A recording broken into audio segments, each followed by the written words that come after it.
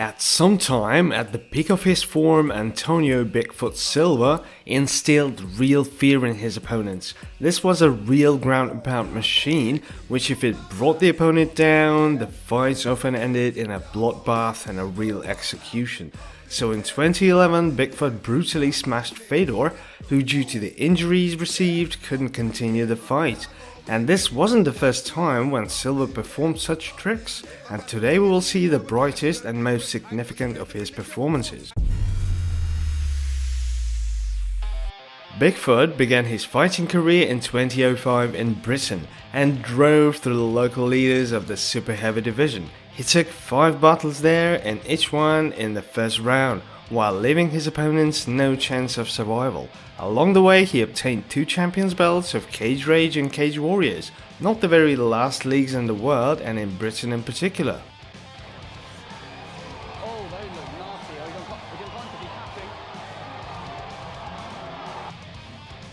With a 5-0 record, Silva arrived to Tokyo for the Heroes 5 tournament, where his rival was an American freestyle wrestler with a bunch of achievements, Tom Erickson, nicknamed the Big Cat, a fighter who once knocked out Kevin Randleman, who also knew how to ground and pound. Silva did his dirty work to an A+ that evening. He brought the cat down and began to smash him with his sledgehammers, while the big and serious freestyler Erickson looked like a schoolboy who fell into the hands of a dangerous uncle with very bad intentions. Bigfoot's dominant One Direction victory and his record became 6-0, all ahead of schedule and all obtained with horrific beatings and GNP. Half a year later, Silva competed for the second time in Japan at the Heroes 7. This time his opponent was Russian Georgy Kaisinov, who was also the silver medalist of the Asian Games in freestyle wrestling, and this fight was his first in his MMA career. You couldn't often see that the opponent was bigger than Bigfoot, but in this battle it turned out this way. Georgy didn't really possess great punching skills, but anyway still worked first and as he could, crushed and beat Bigfoot, who met his opponent with heavy punches and inflicted damage. Left hook from Silva and Georgy's knocked out. In this case, finishing moves were not needed, although Silva struck a couple of unnecessary blows. Another victory for Bigfoot ahead of schedule, and it seemed that this Brazilian GNP machine couldn't be stopped. But the referee of his next fight with Eric Pele decided to prove the opposite.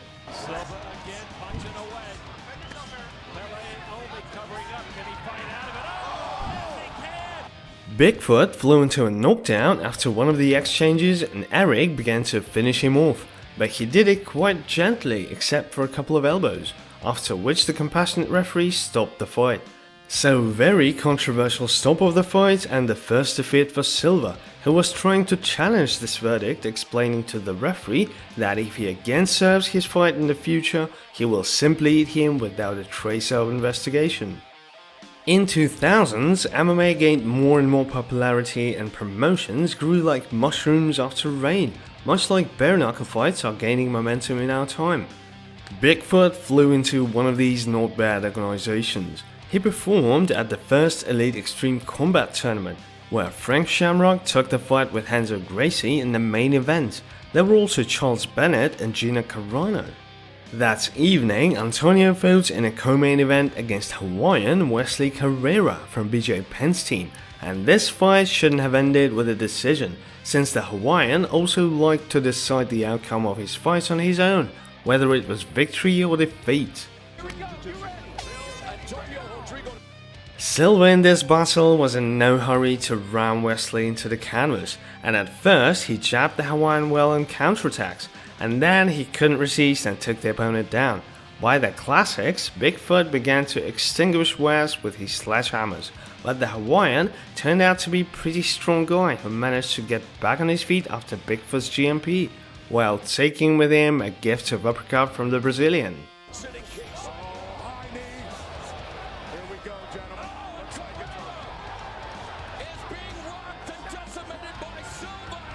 Bigfoot showed an excellent performance and this time made a slight difference in his finishes. He unexpectedly punched a flying knee, dropped Carrera and then seasoned him with hammer fists, and at the end of the first round the fight was over.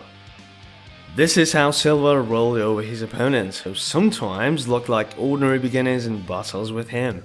This is especially true of Jonathan Wisrick, with an interesting nickname Lock and Load.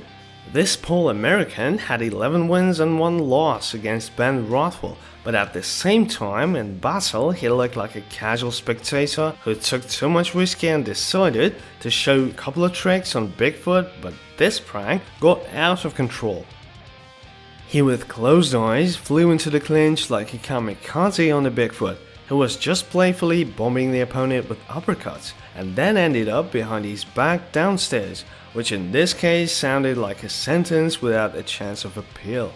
Bigfoot calmly bypassed John's defense, and from the back mount began an execution with down-falling strikes. We definitely have to pay tribute to John. He wasn't going to tap, although he had no chance to get out of this trap. Bigfoot, seeing that this guy was with the truss rod, switched to a chokehold and still forced his opponent to tap. Another declassing from Silva, and after the split victory over Rico Rodriguez, he got the title chance and the opportunity to become the champion in the 3rd league in his career. Silva fell to play for the heavyweight championship with Justin Ehlers, a retired UFC fighter from the team of Pat Miletich, who was more experienced than Bigfoot and went on a record of 19 wins and 6 losses, while during his career he won only once by decision, so 100% finish was planned. Silva from the very start occupies the center of the cage and perfectly counterattacks Justin's blows, who couldn't bring his blow to this huge target. The middle of the round and it's time to destroy. Bigfoot takes Ehlers down, goes behind his back and begins the torture. So the first round is definitely for Silva, and without a chance for Ehlers, who is still not discouraged and tries to beat, but he gets much more. The second round, a double from Bigfoot and a brutality at the net. There's simply no chance of salvation. In this dominant style, Silva became the heavyweight champion of the Elite Extreme Combat, the first and only champion of the organization. After the fight, he failed a doping test and a very high testosterone level was found in his blood. But despite this, as I understand it, Silva wasn't stripped of the title, although he received his year of suspension and even a fine of $2,500. His manager justified this failure by saying that Bigfoot suffered from acromegaly, a disease that causes his bones and skull to grow continuously and his testosterone levels are low. For this reason, he took drugs that were not doping for him but a treatment. So the situation is of course twofold. It seems like doping, but it seems like a person is being treated, while Silva himself didn't want to admit that he was a cheater. What do you think about this?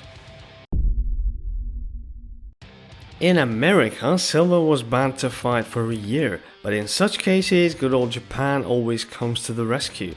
That's where Bigfoot went.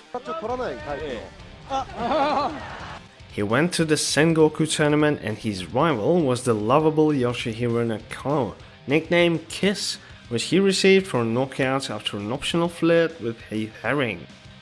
This time the Japanese didn't try to kiss, and for this he was destroyed not before the battle but during it. Silva had no options to beat Nakao in a standing position and probably would have issued a knockout, but the fight was stopped due to the Japanese leg's injury. And here the big question is, which is better, to finish in a minute and a half with an injured leg, or to take punches a couple of rounds from Bigfoot and take another confident step towards Parkinson's disease? Oh, this is dangerous. Inside control now. Referee hit the cross. It's all over. It's good night, Silva fought another fight in Japan, choking Jim York with a hand triangle, and then he returned to America to fight in Strikeforce, where his rival was Fabricio Werdum, who left UFC and moved to Strikeforce, where he already managed to obtain one victory. In the first round, Werdum almost got into real trouble when he allowed Antonio to turn on his destroying GNP mode, but luckily for Fabricio, Silva injured his hand at the beginning of the second round, but still went the entire distance and lost the fight by decision. And then he also beat Andrei Arlovsky by decision and showed that he was able to defeat not only known names, but also top fighters, while for Andrei it was the third defeat in a row after Fedor and Rogers. So by 2010, Bigfoot was the real power in the heavyweight division with a record of 14-2, and in the next tournament he was to fight with Valentine Overeem, but he got out due to injury and was replaced by Mike Kyle, who was also in a good shape and hasn't lost 6 matches in a row. At the first seconds of the round, Mike drops Silva and then follows him to the ground to take Bigfoot's soul. He rams the Brazilian into the canvas with devastating punches throughout the first round. But Silva holds the punch as if he is walking in the park, and Mike doesn't particularly bother him to enjoy the war. So having a solid advantage, Kyle was never able to finish off the Brazilian giant. Second round, Silva hits Mike's head with a right and then takes him to the ground and goes to the anaconda. He couldn't complete the submission and let go Kyle's head, for whose health it would have been safer to just fall asleep. Bigfoot at his peak was just a beast when it comes to finishing on the ground. He takes full mount and starts a ruthless execution. And this is second rubber start from Silva, who performs out some incredible guns and hammers Kyle into the trash at the 3rd minute of the second round. The coolest Bigfoot's comeback who managed to turn the tide of the battle and beat Mike, having issued another early victory. So his place in the Grand Prix of the Strikeforce heavyweights didn't raise any questions. He became one of 8 fighters to compete for the Grand Prix title. At the first stage, Bigfoot got Fedor, and although in the last fight his 10-year winning streak had already been interrupted by Fabricio with Doom, he was still the favorite of the tournament and had to fight back himself in the eyes of the fans by winning this tournament. In this battle, the whole finale and the second consecutive fall of the Emperor began in the second round. Bigfoot held a takedown and for 5 minutes crumbled Emelianenko with hammer fists and all possible punches that he could only remember. And also there were a couple of submission launches. The finish didn't happen, but the blows that Fedor took the whole round didn't pass without a trace. In the third segment, the doctors didn't release Fedor, and Bigfoot won a sensational victory, creating another huge upset after Doom's won. So Antonio went further down the grid and got into the rivals with the dark horse Daniel Cormier, who was a substitute in the tournament and jumped out instead of the injured Overeem. As for Fedor, he took this defeat very personally and said that maybe it was time for him to end, but then came back and lost again to Dan Henderson. Nobody gave Cormier a lot of chances in the battle with Silva, especially after the victory over Fedor, but he didn't only outplay Bigfoot in all aspects, but also made it a real destruction. Knockdowns, takedowns, and for a snack, the fattest Mr. Uppercut, which sent Silva to Nirvana and Cormier to the final of the tournament, which he eventually won. As for Bigfoot, after this defeat he went to UFC, where Cain Velasquez picked up the chance to beat him, and also took Bigfoot without questions, having arranged a real bloodbath. In the future they fought again, this time for champion belt, but Bigfoot lost again. Soon he also failed a doping test after the action movie with Mark Hunt, and from that moment began a long and hard fall of Silva, who could no longer return to his level. So at his top, Bigfoot was a real GNP machine that could grind anyone, and the victory over Fedor was his main achievement, for which some fans from the post-Soviet space are still not very fond of him. Well, that's all for today, but the likes of the video is nice to you, and you can even write the names of the fighters about whom you also want to see the review. Maybe your suggestion will be the next. As well as those who are not signed up, subscribe and click on the little bell to stay in touch and not to miss fresh videos.